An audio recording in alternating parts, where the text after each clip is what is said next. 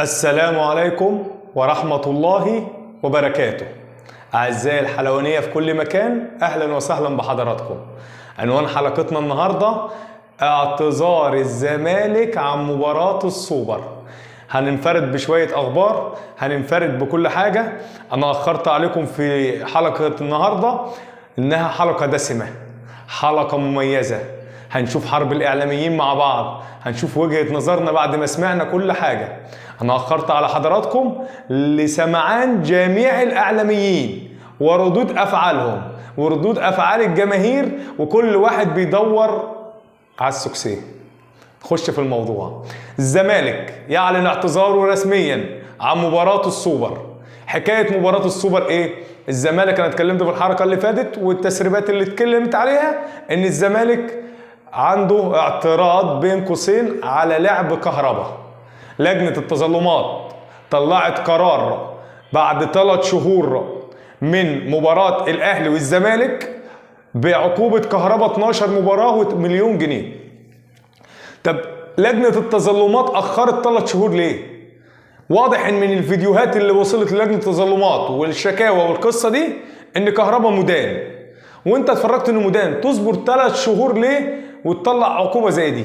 ثانيا، لما بتحب تطلع عقوبة للجنة التظلمات مع احترام الجميع المستشارين اللي فيها، هل يجوز طلوع عقوبة بعد 3 أشهر 12 مباراة ومليون جنيه غرامة؟ ليه؟ ده لو قتل رئيس الزمالك ذبحه مش هيدفع يدفع مليون جنيه و12 مباراة. انا مش عارف هي العقوبة دي طلعت بالنيابة عن ايه وطلعت ازاي، وبعد 3 شهور اشمعنى في الوقت الحالي بتخرج عقوبة زي دي؟ مش موضوعنا. المهم الاهلي اتحرك رسمي وخد جميع التعهدات ورفع للنيابة الإدارية ببطلان لجنة التظلمات، ورفع قضية والحكم فيها في 14/5 الجاي. طبعا الزمالك قال لك انا مش هلعب مباراة السوبر غير لما لجنة التظلمات توقف كهربا. لجنة التظلمات طلعت امبارح، طبعا الزمالك الكلام ده من اسبوع، وقيادة هجومية في الاعلام بطريقة فظيعة. خالد الغندور يغرد، احمد الطيب يغرد، ميدو يطير، الدنيا خربانة، وكله بيقول الانسحاب واعتذار ولا ما نلعبش وكرامة الفرقة وكرامة النادي والقصة دي. الحكاية كلها وما فيها ان ميدو اتكلم مع ممثلين بيراميدز وقالوا له ان احنا مش هنشارك بالنيابة عنكم. طبعا بالتالي مباراة بالقيمة دي راح الزمالك هيزيدها قيمة ورونق، القطب الثاني في الكرة المصرية. راح بيراميدز بنجومه هتدي طابع مميز برضه. انما الثالث كان مين؟ طلائع الجيش. ان راح طلائع الجيش المباراة هتكون قيمة جماهيرية، فبالتالي رئيس الزمالك كان عاوز يوصل لده، فراح عمل مع بيراميدز ميدو، أمن له على الموضوع. طبعا ميدو في اللجنة الفنية أمن على الموضوع، وطلع امبارح اتكلم وقال ان ممثلين بيراميدز، خبر عاجل من ممثلين بيراميدز بعدم مشاركتهم في كاس السوبر، وأمن على الكلام وأمن على سالم الشمسي وأمن على الدنيا تمام التمام. الزمالك امبارح بالليل طلع بمرتضى منصور على قناته على اليوتيوب وقال احنا مش هنشارك، ولكن في نقطة، ما بعتش رسمي خطاب لاتحاد الكرة وقال له احنا مش هنشارك فيه. هو طلع ببيان على قناته على اليوتيوب وقال الكلمتين دول وسابها عايمة. طبعا النهارده اتحاد الكرة ما وصلوش اي خطاب رسمي من الزمالك، فاضطر انه يعمل ايه؟ يرجع بخطاب رسمي للزمالك وبيقول له هتشارك ولا مش هتشارك، واخر مدة ليك 60 دقيقة. خلال 60 دقيقة الزمالك هيشارك ولا مش هيشارك هيرد عليا.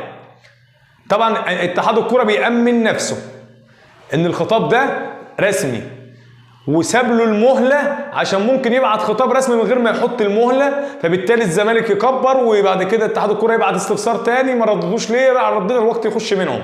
طبعا المباراة جمعة، الملعب الاستاد مجهز، الفنادق مجهزة، الجماهير قطعت التذاكر، فبالتالي مفيش وقت عند اتحاد الكرة، فقال له 60 دقيقة. طبعا الزمالك ما كانش عاوز يرد الا لما يأمن على بيراميدز. ميدو، وده اخبار مؤكده، وعلى صفحته هو على تويتر قال لك بيراميدز خبر رسمي من مالك بيراميدز ان انا مش هشارك، وراح مأمن مرتضى منصور وقال له خش بقلب جامد، واحنا لما احنا ننسحب وبيراميدز ما يشاركش لوجود مشاكل خلافات من شهر فات بين بيراميدز واتحاد الكوره، فبالتالي مش هيشارك. هنفقد للقيمه، هنفقد للمباراه قيمته، وبالتالي اتحاد الكوره هيبقى في مأزق كبير، والشركه الراعيه والتجهيزات الاماراتيه والجماهير والقصه دي كلها. حضور اهلي وطلائع الجيش غير اهلي وزمالك غير اهلي وبيراميدز، ولكن حضور اهلي وبيراميدز قيمته عاليه، ولكن في حضور اهلي وزمالك قيمته اعلى طبعا. ولكن بيراميدز مش هيقل قيمه عن الزمالك بكتير لوجود تخمه من النجوم فيه، وفرقه ليها وبتنافس وكده، وهتتفرج على كوره حلوه. واخر مباراه في كاس مصر الاهلي كسب بشق الانفس، فبالتالي الزمالك كان مأمن على بيراميدز وقال لك ندبس اتحاد الكوره مع اللجنه المنظمه وشرط الجزاء والقصه دي. راح بيراميدز النهارده قبل العصر قال لك لا انا مش هشارك.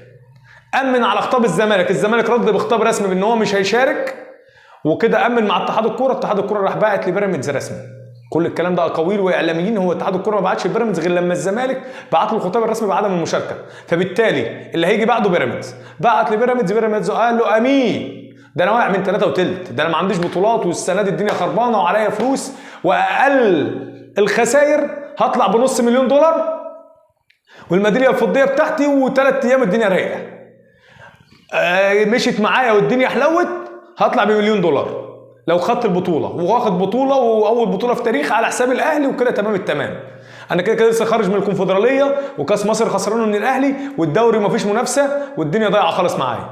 ثانيا هلمع لاعبتي والدنيا كلها هتشوفها في الامارات، لعل وعسى عروض تيجي رمضان صبحي ولا فخر لقاي ولا اي حد ولا اسامه جلال ولا علي جبر، نبيع اي لعيب من دول ونمشي امورنا. طبعا لعدم الخساره. ثانيا انا جاي نص مليون دولار، ده اقل الخسائر ده من الهوا. لا الحقني، بلا زمالك بلا اتحاد كوره بلا السنه دي فاضيه، انا مش تمشي معايا، انا راجل استثماري. وراح عاطي الصابونه للزمالك، وراح خالع هو بالموضوع وداس عطى الختم، وراح باعت الجوازات اتخلصت في الامارات طبعا والدنيا تمام. وبيراميدز هيسافر بكره الاربع على الطياره بتاع الساعه 6 وهيحضر هناك دنيته وهيلعب مباراته. الزمالك كسب ايه؟ انا ما اعرفش. العب يا سيدي المباراه وابعت للفيفا الشكوى اللي تبعتها، خد حقك. انت عندك مديون وعليك فلوس وعليك الدنيا ضايعه وبطولاته مفيش، روح كل اللي انت بتحكي فيه واسبابك دي ليك حق 100%. انا خليني دلوقتي بعقل الزملكاوي اهو، ليه حق 100%. اروح العب مباراتي من غير ما اقول انسحابات ولا اعتذارات ولا ضغوطات، واحط الشكوى بتاعتي المحترمه اللي انا كده كده هعملها وابعتها. يا عم الاهلي راح عمل ايه؟ هو ضغط الاهلي راح داخل على لجنه التظلمات مشي قانوني معاها، لا دخلها عافيه ولا قال لهم مش هلعب ولا قال لهم انا منسحب ولا قال لهم اي حاجه. قال له لجنه التظلمات قراراتكم تمام التمام، بس انا اللائحه والقانون مش معتده باللجنه ككل. المطلوب اعمل ايه؟ انتوا على دماغنا من فوق، ويلا يا محمد يا عثمان اعمل لنا محضر محترم في النيابه الاداريه واتكل على الله. طب لجنه التظلمات قالت انا عندي محضر هيتبت فيه 14/5. 14/5 طلعت النيابه الاداريه وقالت ان لجنه التظلمات ليها الاحقيه في اتخاذ القرارات والعقوبات. هنقول الاهلي هيقول له شابوه للقانون وخد عقوباتك براحتك، يكملها 12 يكملها 11 يديها 5 يديها 4 براحته. طلعت قالت لا لجنه التظلمات لا يحق ليها، لا سلام عليكم يا لجنه التظلمات، تتفكي وتروح كل واحد يقعد في بيته ونبدا بقى من جديد بقى اتحاد الكوره يشوف له حد يديله القرارات والعقوبات والقصه دي. يبقى الاهلي مش خسران ومشي قانوني وهيروح يلعب المباراه. انت كزمالك كسبت ايه؟ كسبت ايه؟ انت خسرت نص مليون دولار اقل حاجه، بل ممكن تاخد البطوله. وارد الاهلي يبقى وحش. تخيل بقى انت كزملكاوي مع نفسك كده ويجي الماتش بتاع بيراميدز انا عامل ضغط ذكر وعامل عنتر ومفروض مفيش تيشيرت يكون في المدرجات من الزمالك، انت قاطع بقى بالكامل بقى وريح دماغك. مفروض على الزمالك خلاص قاطع البطوله وتمام. انت دلوقتي خسرت بطوله هتنافس عليها وممكن تاخدها ترجعك للصوره تاني، ومليون دولار تفك معاك الازمه الماليه عند اللعيبه وعند المدرب الجديد وعند القصه دي، وتظبط امورك الماليه والاداريه والجمهور يفرح والدنيا تمام، ويرجع يحيى مرتضى منصور يحيى امير يحيى ميدو. خسرتها مفيش مشكله، وارد عادي، ما انت خسران من اول الموسم، خسران من افريقيا وخسران كاس وخسران دوري والدنيا ضايعه معاك عادي، بس هتخش لك سيوله نص مليون دولار تفك لك السيوله الماليه بتاعت الفرقه، وبالتالي مع شويه هدايا مع شويه دنيا مع الحفله والتورته والدنيا مجهزه. انت ما خسرتش حاجه يا زمالك، وفي الاخر ما حدش قال لك اتنازل عن حقك. ارفع قضيتك كله عشان كهرباء، ده كهرباء. انا مش قلتلكش ليونيل ميسي، قلت لك كريستيانو رونالدو. هتقول لي اصل مبدا يا عم اركن المبادئ دلوقتي، الله يرضى عليك. اركن مبادئك ودنيتك دلوقتي. انت دلوقتي بتلعب في صالح الفرقه مش في صالح اللقطه. الزمالك بجميع ما فيه بيلعب لصالح اللقطه. انا اخد لقطه ازاي؟ انا كميدو، انا كمرتضى منصور، انا كامير، انا كخالد الغندور، اخد اللقطه على حساب الجماهير ازاي؟ سخنوا البيتجات وسخنوا الحركات والدنيا حلوت، وفي الاخر خدنا اللقطه. احنا ملوك الانسحابات، احنا اللي عملنا كرامه النادي، احنا كلام كبير كده مجعلص محدش فاهم منه حاجه. وفي الاخر اللي هيدفع الثمن نادي الزمالك. انا بتكلم بحياديه وبتكلم من منطلق انا كنادي كسبت ايه؟ ما كسبتش حاجه، خسرت وعليا ديون وعليا مديونات والدنيا خربانه ولاعيبه ومرابيع. انت بعت امام عاشور ليه؟ عشان عليك. بسيبك بقى من حته اصل العقد وباقي له سنه انت عليك مديونيات، وقلت ال 3 مليون دولار يفكوا لي ازمه. مع تغيير مدربين، مع قواضي عليها احكام قديمه، مع ثانيا انت بقى ابعت بقى للفيفا بقى وحل ان بقى ان الفيفا ردت ولا ما ردتش، ولا طلع عادي ولا ما طلعش عادي. وسمعت ان في قانون لوائح بيتكلم ويقول في حاله عدم وجود محكمه رياضيه بتلجأ للقضاء الاداري. فبالتالي الاهلي لجأ للقضاء الاداري فقانوني، واتحاد الكره لا ياتي عليه اي غبار. بمعنى احنا ما عندناش محكمه رياضيه بتحكم في القضايا الرياضيه. فبالتالي ايه اللي انا اقدر اخد بيه حق من اتحاد الكره؟ ترجع للقضاء الاداري. زي مشكله الزمالك لما مرتضى منصور القضاء الاداري امر بعزله، فالوزير نفذ. الوزير قال لك انا ما اقدرش اعزله ولا اي حاجه، اللائحه بتقول كذا كذا. لما القضاء الاداري يطلع قرار بعزله انا اعزله، وبالتالي ده اللي حصل. ده الموضوع من طاقتك. السلام عليكم.